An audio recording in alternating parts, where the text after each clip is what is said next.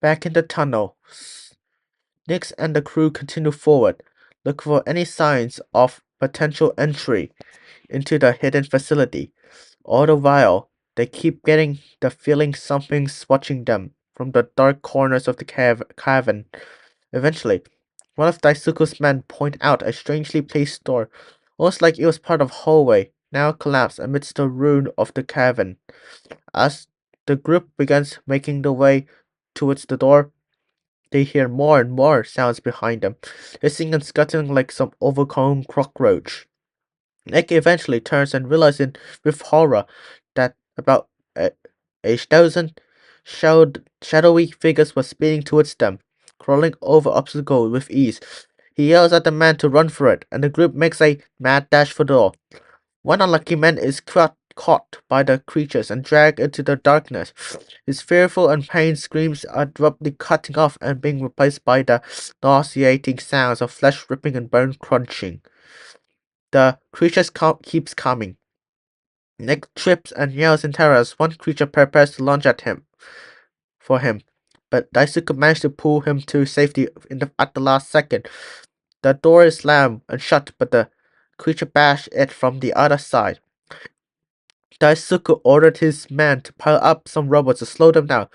Then they run down the hallway they just entered, eventually slowing down once the sound of the creature screeching and banging at the door fades behind them.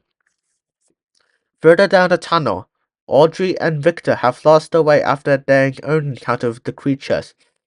Victor insists they keep going forward, while Audrey thinks they made a wrong turn. They spot a small fire up ahead and huddle around it, warming their hands and using its glow to try and get their bearings. Victor spots what he thinks is an entrance further ahead, but as they begin walking, they both suddenly get a chill and stop. A hissing sound emanates from behind them.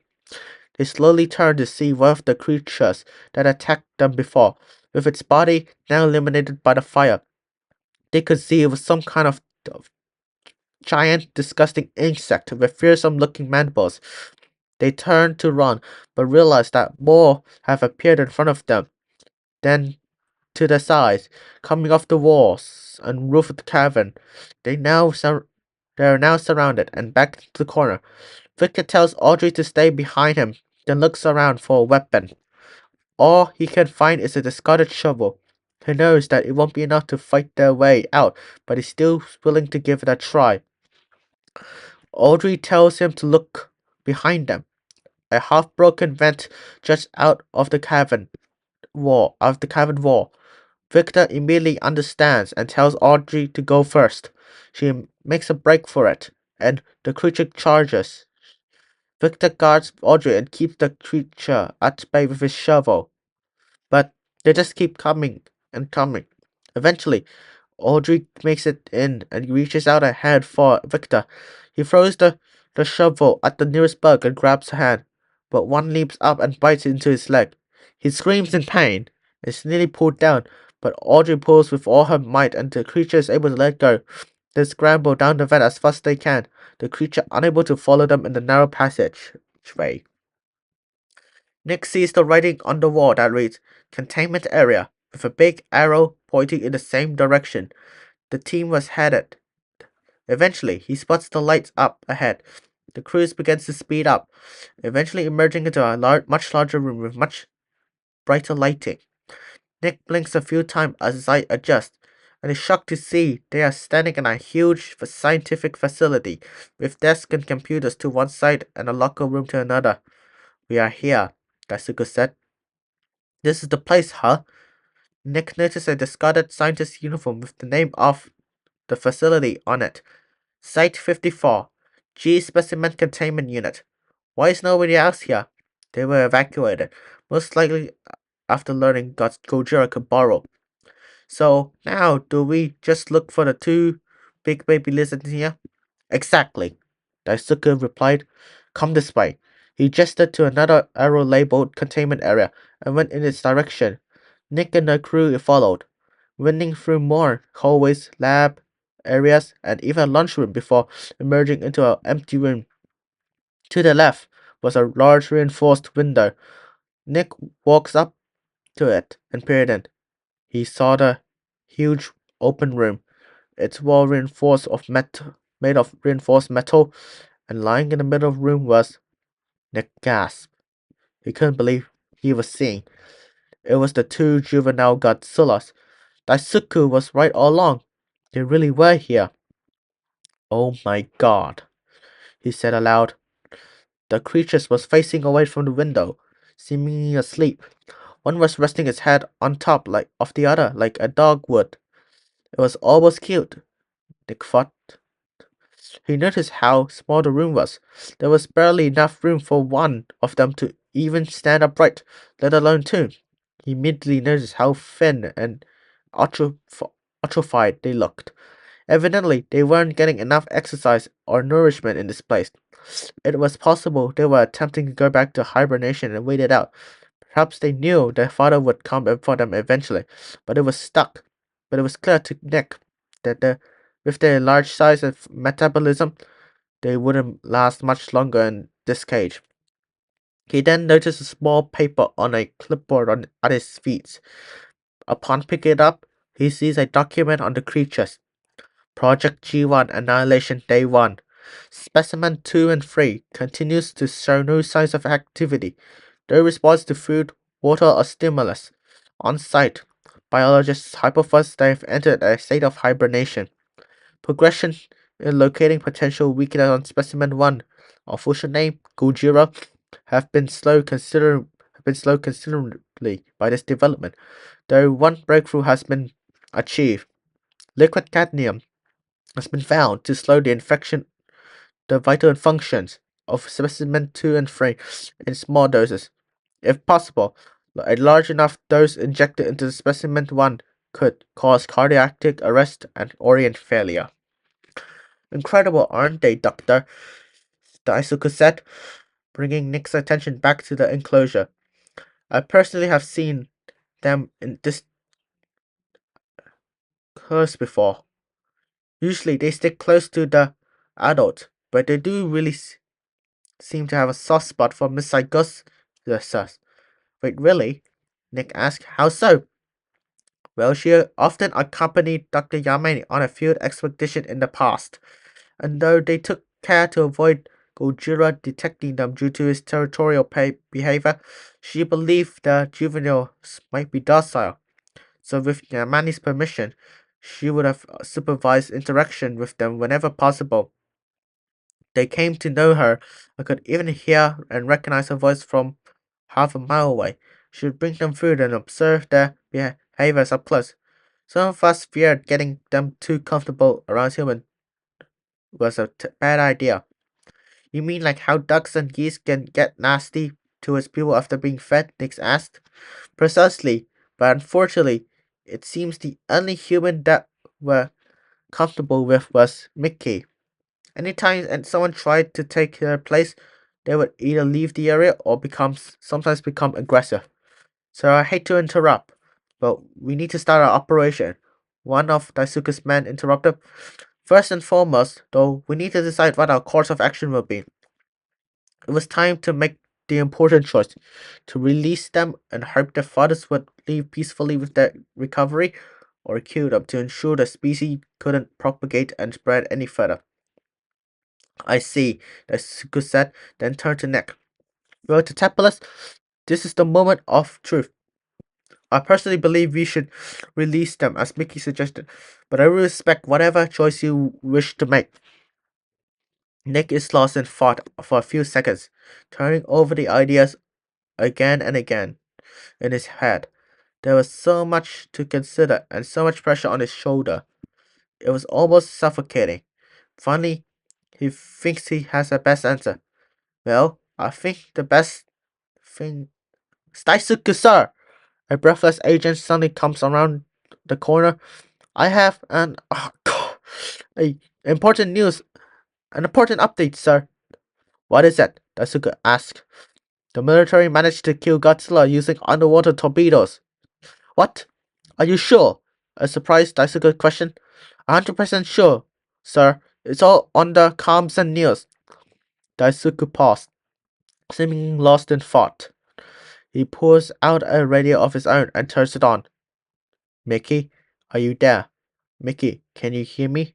The radio is silent for a moment before a voice comes through. Yes, Daisuke? What is it? We have finally successfully infiltrated the base. It's been fully evacuated, but the infants are still here. That's wonderful. So what is your plan?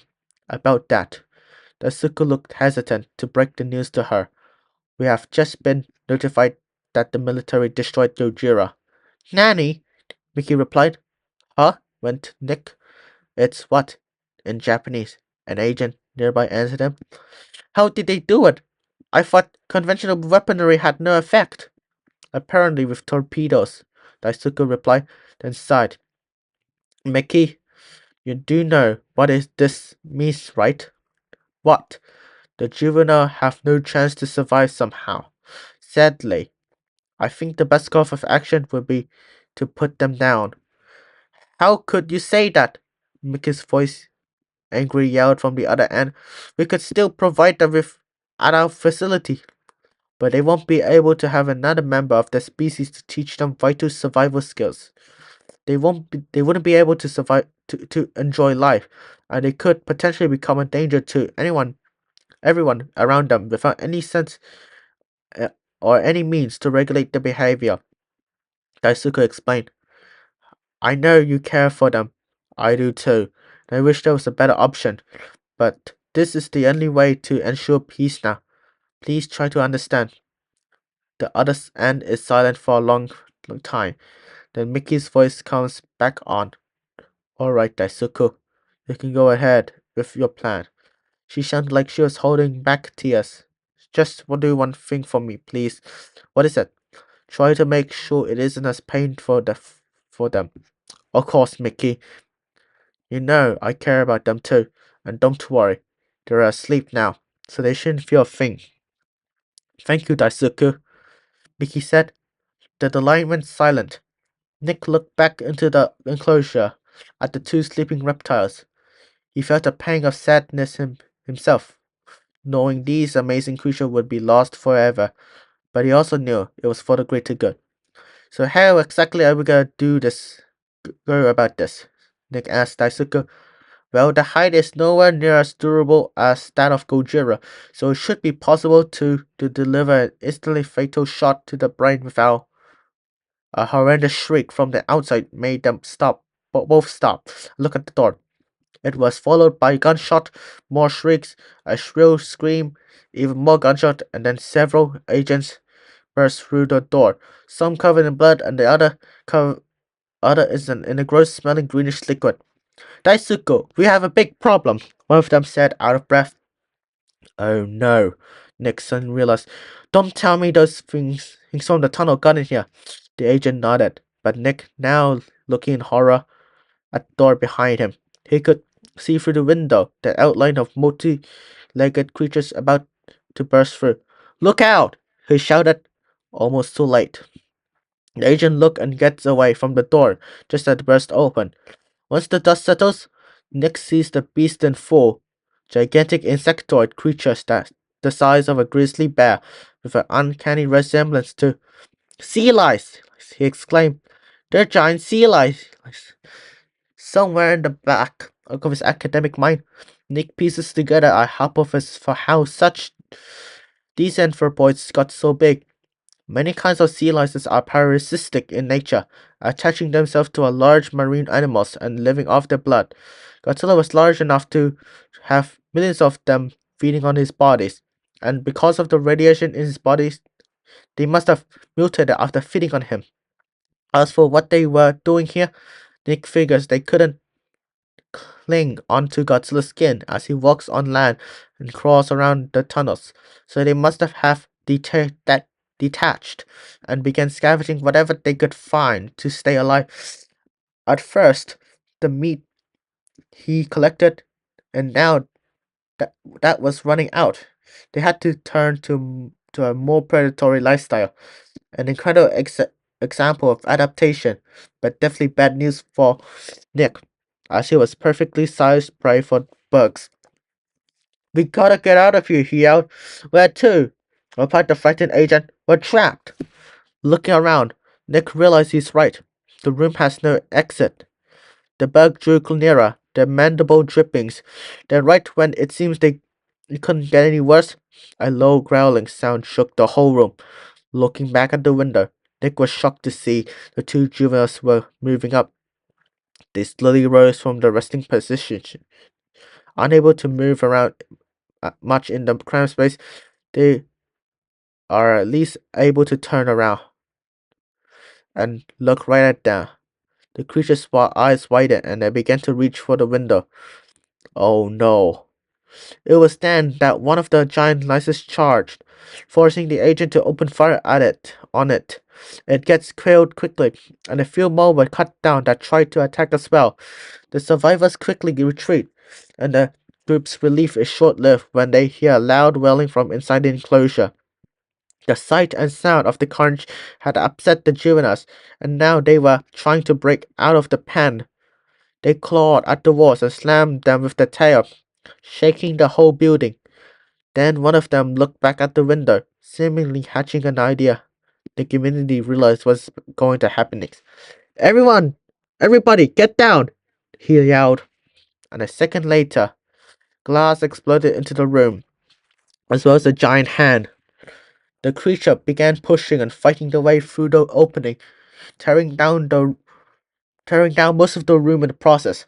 Nick, Daisuke, and the others take cover behind when they could see whatever they could see as debris and chunks of concrete rains down above around them. When it's all over, they look around to see the creature had tore a hole through the roof and dug out to God only knew where. We gotta go after them, Nick said. If they and the slugs get out of the street, it'll be a bloodbath. They look for a way up, but pause when they hear sounds coming from the half-broken vent. It sounded like something was coming through. Maybe more of those lights. Nick readies himself as Daisuke's surviving agents pull out the weapon. Then, out of the vent suddenly falls. Audrey! Nick exclaims in disbelief. There is but uninjured. Audrey timidly clambers to her feet, alongside someone Nick didn't recognize. Nick? Nick? Oh, thank God! I was so worried. Never mind that. What are you doing here? And who's he? Nick gestured at Audrey's companion. All right, Nick. This is Victor Palotti. He's a friend of mine. Oh, Sora. He's the husband of a friend of mine. Ouch, Audrey, Victor said jokingly, then turned to Nick. Oh yeah, Dr. Tapas, right? I am pleased to make your acquaintance. He holds a hand for Nick to shake. Yeah, nice to meet you too. Nick reluctantly shakes his hand. You know those two, right? Asked Daisuke. Yeah, she's an expert girlfriend, Nick told him. But that's not important right now. What on earth are you two doing here? Shouldn't you have evacuated? Audrey and Victor explained the whole story, and Nick and Daisuke are both surprised to learn that they were being spied on the whole time. You shouldn't have come, Audrey, an irritated Nick said. It's way too dangerous for you to hear. Yeah, we're well aware, Nick said. You know, between the giant man-eating bugs and the earthquake that nearly killed us just now. That wasn't an earthquake. Oh no, it's Godzilla back? I thought the military got him, said a worried Audrey. Worse, it's his offspring. The same one you saw in that tape, Victor. They're here in the city, and that's why he's been attacking. Now if they just turn it out of here, and are probably on the loose in the street. Oh well, oh damn. What do we do? Victor asked. We have to go after them. Up through the tunnel they dug. Nick gestured upward. Are you crazy, Nick? There's no way we can climb that. Audrey groaned before a shriek in the distance quieted her. They all looked at the doorway and beginning to see multiple shadows approaching as well as the sound of hiss. The giant lices were back. Well, it's either that or stay down here with them, Nick said as he hopped up and started climbing. Your choice. Daisuke and his surviving agent follow suit as the shadows gets closer and the hissing grows louder. I suggest you two follow your friend's advice, he yells at two Audrey's and Victor. Finally, they start to climb. But Audrey screams when she sees several lights burst into the room and begins charging towards her, mandibles wide open. Nick reaches down a hand and pulls her up, and the creature starts to climb as well. Daisuke and this man open fire and manage to kill a few of them, the rest retreating. Whoa, Victor! Nice shooting, mister! We're running low on ammo, sir. One of the agents cuts him off. Right, let's go. They climb up the precarious ledge, then into a newly formed tunnel, taking care to avoid falling rubbles and pick up the pace when the sound of the lights hissing and screeching behind them is heard again. Tenacious little shits, aren't they? Victor said.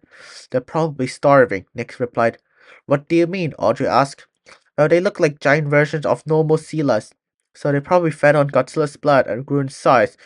Now that they can't latch onto him anymore, they're trying to eat anything they can find, including people. Jeez, and I thought I was an animal when had a low blood sugar. Victor joked. They continued down the tunnel. Eventually, Daisuke notices a small hole with a light pouring out. They clear out the rubble and emerge into. Wait a second. Are we in the garden? Victor asked.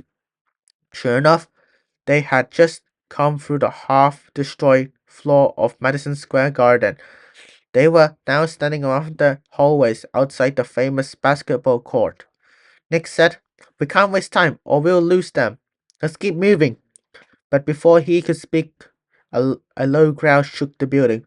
Coming from inside of the arena, the group goes to investigate and are shocked to find the two baby Godzilla standing in the arena, looking around in apparent confusion. The court was nowhere to be seen, instead replaced by a massive pair of hole had apparently and the pair had apparently entered the building through. Holy moly, Victor quietly said as he lifted his camera to record them. Alright, Daisuke, what do we do now? Nick asked. Unfortunately, I think the only option left is to let the military destroy them. What? You killed those babies? Audrey asked a little too loudly. The room suddenly falls quiet, and they all look up to see the creatures were now staring right at them. For a few seconds, nobody moves, not even the monsters. It was a silent standoff. Um, they wouldn't be aggressive toward us, right, Daisuke?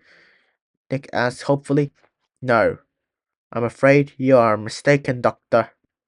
Before Nick could reply, the two beasts roared angrily and began striding towards them, clumsily, apparently still a little disorientated from just waking up, but still approaching rapidly. The group is forced to split up to avoid being crushed by the giant hand. Nick goes with Daisuke and his man, while Audrey and Victor go the other way, each pursued by a different juvenile. One of the agents is too slow and gets grabbed by the creature's jaw. He screams in terror as it lifts him by his uniform, and the other agent shooting at it but doing no visible damage. It then tosses him into its mouth like a crocodile with a fish, and with a sickening crunch, his body goes limp and his scream abruptly ceases. It bites down on the body a few more times before dropping it, apparently not liking the taste. Daisuke then yells at everyone to keep running, and looking down, Nick realized why. In addition to the youngster, a horde of sea lions were running at them. They turn and flee for their lives. The last of Daisuke men gets separated in the process. He tries to run behind a door and close it, but the sea lions force their way through and pounce upon him. His distant, dying scream makes Nick and Daisuke run even faster, finding their own door and shutting it in time. The lights begins hammering it, though forcing them to power up various objects they could find to slow the progress. Lock all the doors you can find, Daisuke ordered his men. We have to keep them from contained inside. His men nodded and began running to shut every door they could find. Meanwhile, Victor and Audrey managed to duck under a row of seats to hide. The giant reptile looked around and sniffed the air, trying to find them. They covered their mouth, fear visible on the face. Eventually, it turns around and walks away, They have little time to breathe before a hiss brings them back to reality. They look up to realize lices have surrounded them. Audrey notices a door nearby and points it out to Victor. He nods, understanding her plan. Right. Alright, are you ready? Yeah. On three. Three! They rush forward, dodging the snapping jaws of the lice and slamming the door shut behind them. Victor suddenly shouts upon seeing the door they entered, and Audrey jumps, thinking there's more bug, but instead, she's greeted by a locker room. Wow, this is like where the Knicks get showered and everything. Audrey gives him a frustrated slap before they hear bangs behind them. The lights are already close to breaking down the door. This time, they got nowhere to run or hide. They look up and spot a vent, and a familiar comes to blind. Elsewhere, Daisuke and Nick pauses to catch their breath. Around them, they hear the sounds of gunshots, lights screeching, and men screaming. It was evidence that Daisuke agents were fighting a losing battle to keep the lights contained. What do we do? Asked Nick. We must contact the military, Daisuke said, and tell them to destroy this building. What? Blow up the garden? That's nuts. It's the only way to ensure that none of those creatures escape. I know it is an important landmark of the city, but it's a small price to pay for saving the people. It's Nick pauses and thinks about all the people who could be in danger if the baby Godzillas and Lysis escape. The body count would be immense. Alright, what do we do? Nick said. But how do we Alright, we'll do it, Nick said. But how do we reach them? The Saku pulls out a phone and throws it to Nick. 557-766-0. Tell them it's a code dragonfly that should get you through. A door near them begins to shake as the lights try to break it open. Daisuke rushes over and uses a fire hose to tie the handle together. What are you waiting for? We don't have much time. Hold him now, he said as he ran past Nick. Nick follows. Okay, it was 555 dash what? 76 dash 00. Nick dials the number and desperately hopes somebody will pick up. On the surface, thousands of refugees are protesting to be let back into the city. Mayor Ebert is swamped with phone calls and he pleads with Colonel Hicks to speed up the effort. We have teams of divers preparing to locate the body and confirm the target is dead. That thing is dead. What are you waiting for? Wait until we have confirmation. We need to keep the people safe. Colonel! Another voice interrupted. It was Elsie Chapman and Mendel Craven. Colonel, we've got to start another search. Dr. Chapman, we've been through this already. What if Nick is right? What if we blow this whole thing? Mendel added. This could be our only chance to do something about it. Hex paused, then asked a nearby captain to organize a search party and sweep the entire city and subway. You don't have the authority to do that, Ebert said. Try and stop me. Hick snapped back. Back in the garden, Nick is greeted with a message saying all circuits are busy. He tells Daisuke, who tells him to try again while he boards up another door. Nick runs over to a payphone and inserts a coin, but once again can't get through. The two agents come down the stairs and inform Daisuke they have boarded up all the doors on the upper level.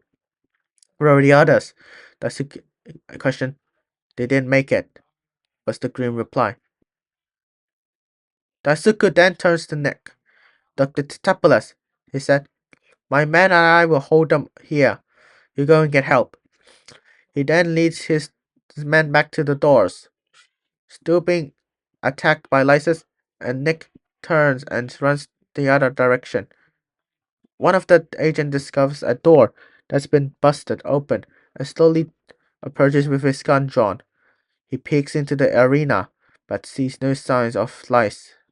He knows that he needs to alert Daisuke, but before he can even turn around, he hears hissing behind him. He turns and sees the lyses approaching before they abruptly charge. He fires into the horde, but there are too many, and they overwhelm him. In another corridor, the now last surviving agent hears the gunshot and screams. He tries to radio his partner but gets no reply. Banging at the nearby door makes him raise his gun. He notices his tire clip at the door, then realizes then silence follows. A low hiss makes him freeze in fear. Then the door is broken open and dozens of lices launches upon him. Nick, meanwhile, is still searching for a way out. He opens the door and is suddenly greeted by a loud, snapping jaw. He slams it shut and howtails it in that direction. But the next door has more lices coming through. He runs back the way he came, but the first horde has now broken through. He realizes that he is trapped. Oh, this is not good, he mutters to himself as he looks back and forth and at the approaching monster. He spots an elevator and rushes to it, pressing the button. Fortunately, the door opens right away. He darts inside and pushes the close button repeatedly as the lice begins to rush forward at him. One manages to get halfway through the closing door, forcing Nick to kick at it until it backs away. The door closes completely, allowing Nick to finally catch his breath. The doors open on floor 3, and is greeted by several lices chowing down on a bags of popcorn. They all stop and look at him. Wrong floor, he says, half jokingly as the door closes again. Elsewhere, Daisuke cautiously continues forward, hearing strange sounds all around him. The elevator opens and he points his gun at again. Nick slowly emerges. It's me, he said, making sure Daisuke wouldn't shoot. What happened? The lights are loose. They're all over the place. I couldn't get out. A banging sound from a nearby vent made them both tense up. The roof suddenly collapsed and Audrey and Victor fall out. Nick helps Audrey up and says, Man, we gotta stop meeting like this, which gets a laugh out of her. Did you two find a radio or walkie-talkie? Daisuke asked Victor. Anything we can use to contact the outside? What about the phone? Victor asked. That's no good, Nick answered. All the circuits are jammed. Audrey then suddenly lights up. Oh wait, I know a way. I know how we can get a message to the outside. A nearby door is bursted open and a light floods through, swiftly approaching the groups who flee. Victor tries to retrieve his dropped camera but is nearly grabbed. Daisuke buys some time by locking a pair of doors before the lights can get through. They run through the door after door as Audrey leads them forward. She reveals they're heading for the broadcast booth, but when they reach the door, it's locked. Before anyone can try to open it, Daisuke destroys the lock with his gun, then kicks the door open. Audrey then explains that she'll attempt to broadcast a message to the military by going live in the booth. She and Victor get to work while Daisuke keeps an eye on the window surrounding the booth, knowing one locked door won't stop the lights forever.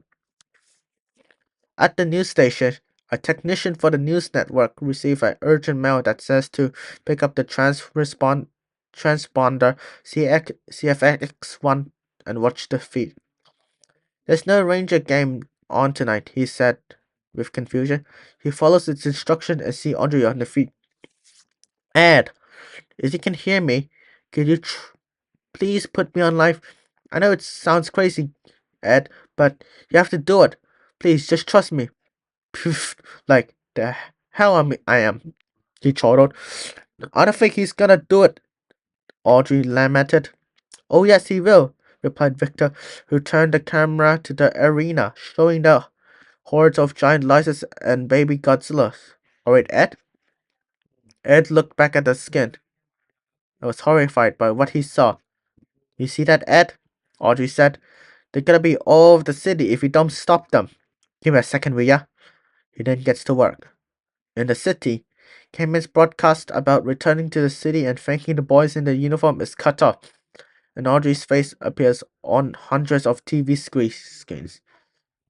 We've lived inside Madison Square Garden, where Dr. Nick Teplis has discovered something truly extraordinary and terrifying. Doctor, can you please tell us what happened? Nick steps forward and begins to explain. Well, we discovered in a hidden tunnel underneath the city were two juvenile Godzilla. We were we have now burrowed their way into the garden. He turns and let the camera focus on the infants. The creatures, though still young, are well over 30 feet tall, and they seem to be searching for the adult individual. I theorize he must be their father, and that the reason why he ever came to the city in the first place. They must have.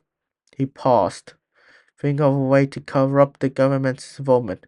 Got lost somehow from their birthplace, and perhaps tunneled here seeking shelter. Go get Hicks, Elsie orders Mendel while watching the broadcast. He obliges, and Hicks is shocked by what he witnesses. And that's not all. Nick continues. The camera pans down to reveal the sea lices, some of which trying to climb up the babies, but get swatted down. These creatures are mutant sea lices. They're highly carnivorous, and they begin feeding on anything they can find. Once the food supplies runs out here, they will attempt to hunt down food outside the garden and tunnels. If they get out, they'll go after people and they'll begin to multiply. The baby as well. They could mate and begin spreading too. If this happens, a new species will emerge. One that could replace us as the dominant species on the planet. These creatures are adaptive and cunning, and just these two could become hundreds or even thousands in a year or two times. Once fully grown, conventional weapons will have little effect on them. If the military is listening to this broadcast, they have to destroy this building immediately before these creatures escape. Outside the booth, Daisuke hears a strange sound. He parts the blind to reveal lices in the surrounding room. He quickly ducks to avoid being seen, but notices shadows approaching from all sides. So far, they're all trapped inside this building, but I don't think we can contain them for long. They continue. There's an open tunnel they could escape through at any moment, and once they run out of food, they'll likely vanish back into the network of tunnel under the city. This is our only chance. We have to take it. They're very strong, they're agile, and they're looking for food. Audrey then takes back the microphone. So I guess your theory about Godzilla coming to New York to find something was right after all. She then turns to the camera. Regardless of what happens to us, the most important thing is that this building be destroyed immediately, before they can escape out into the city. Reporting live from the Madison Square Garden, this is Audrey Timmons from WIDF News. The broadcast ends. Nick thanks Audrey, but they then notice the insectoid shadows getting closer and closer to the booth. In a building far away, Mickey Saikusa runs to her car after seeing the broadcast, flooring it into the city and blowing past military stops. That's affirmative. Hicks said into a flare, I want you to blow up Madison Square Garden. Victor noticed a message on a computer. It reads, You win. Military says you got less than 6 minutes before you're all toast. Get out. Uh, what is it? Audrey asked. Well, the good news is that they got that message. The bad news is that we got less than 6 minutes to get out the building. Okay, Party's over. Time to leave, Daisuke said before passing Victor. He aimed his gun at the window and blasted it open, then throws down a rope. Before they can reply, windows breaks open and Lice tries to crawl through. Anyone care to join me? He said before he using the rope to go down. Where did you find this guy? Victor asked in aspiration. He's from Japan, Nick replied. A pair of jets flies through the night sky, heading straight for the garden with the bombs at the ready. Nick, Audrey, and Victor follow Daisuke down, but are spotted by the juveniles. They roared and rushed towards them, forcing them to fall off the rope and avoid the snapping jaws. They run together as the youngest try to reach them. Then Nick makes a terrifying realization. They've eaten all the stockpiled meat. He has little time to dwell on it, as the juveniles gets closer and closer. They run down a corridor with Nick lagging behind. Come on, Nick. This way! Audrey yelled before turning a corner. Nick followed only to hear screaming and see them come running back. Not that way! Not that way! Victor hollers in terror. An enormous slice horde appears. Nick follows them as they run for the lights down the hall, but the lights are gaining rapidly. Thinking quickly, Nick spills basketballs and gumballs on the floor, causing the anthropods to slip and fall. He follows the groups to the escalator. The bomber draws closer, arming the weapon. I think we've lost them, Nick shouts with glee as he finally catches up, but Audrey shushes him. Looking up, he realizes why. As well as the lights, the two juveniles are standing in the lobby. They turn and stare down the group, angry snarls on their face. How much time do we have left? Audrey asks Victor, looks at his watch and replies, less than 2 minutes. The juveniles begin to approach. There's no way out, it seems, until suddenly, hey! A new voice echoes through the lobby. The juveniles turns to reveal Mickey standing at the doorway. Mickey? Daisuke was stunned. What are you doing here? Saving you from the looks of it. She then looks back at the juvenile, who have seemingly mellowed. Hey there, she said in a soft, almost motherly tone. You're alright. There's no need to be afraid. She holds her hand up, and they seem to understand her. The group watches on in awe as she single-handedly soothes the creature, just calms down.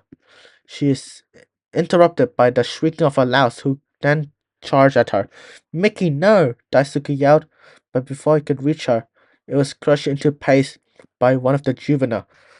Oh my god! Nick said. Did you see that? It protected her. Before he can continue, the lights chasing the group reappeared behind them. 30 seconds on the clock. We have gotta go, Victor yelled. Everyone, come to me, Mickey commanded. They rushed. They run forward, pursued by lights, but shockingly, the juvenile who only minutes ago tried to kill them now defend them, taking out this great swath of lights with their teeth, claws, and tails. They managed to make it to the doors and shut them in time to block the last lights from getting out, and they ran from the building as fast as they can. The juvenile watches them leave with seemingly confused looks on their face. Mickey stops running and looks back at one of them one last time, just as a missile screams overhead. Mickey! Daisuke yells. He tries to run back to her, but the missiles hit the mark before he can reach her. The building explodes completely, a fiery plume rising into the night sky. Fire rushes forward and consumes the lobby, incinerating the lights and surrounding the youngster, who cries out in pain. The shockwave sends cars and debris flying everywhere and knocks Mickey off her feet. Daisuke rushed to her aid. Mickey, are you alright? Yes, I'm fine. Thank you. Nick and Victor help up Audrey. She smiles and says to Nick, Somehow, I never thought your life was this exciting. You'll be surprised, was his reply. I'd like to find out. Audrey leans towards him, and they kiss. Victor, unsure how to react, looks over at Daisuke and Mickey. Hey, how are you two doing? You okay? I could use a coffee, replied Daisuke, then turned his attention back to Mickey. She was staring at the smoldering wreckage of the garden. Lying within were piles of burnt louse corpse and the two juveniles. The bodies were what Mickey was staring at. Tears started to form in her eyes. Daisuke patted her on the shoulder. I'm sorry, Mickey. I truly am. I wish there was another way, but sadly, there isn't. Thank you, sir. It means a lot. She wipes away her tears and looks back one last time. I just wished I had a little more time with them. They didn't deserve this. I understand, but there's nothing we can do now. They turned and began walking back towards the others, but the ground beneath them trembles a little. A familiar growling sound echoes. Nick's eyes are suddenly filled with fear, and then the ground beneath the destroyed building erupts. A huge cloud of debris conceals what's happening as a chunks of rubble begins to fall above from them. The group is forced to flee, but Nick stops just when one concrete chunk lands dangerously close to Audrey and makes her fall over. Just as he helps her, they turn and look at the garden and are greeted by a horrifying sight.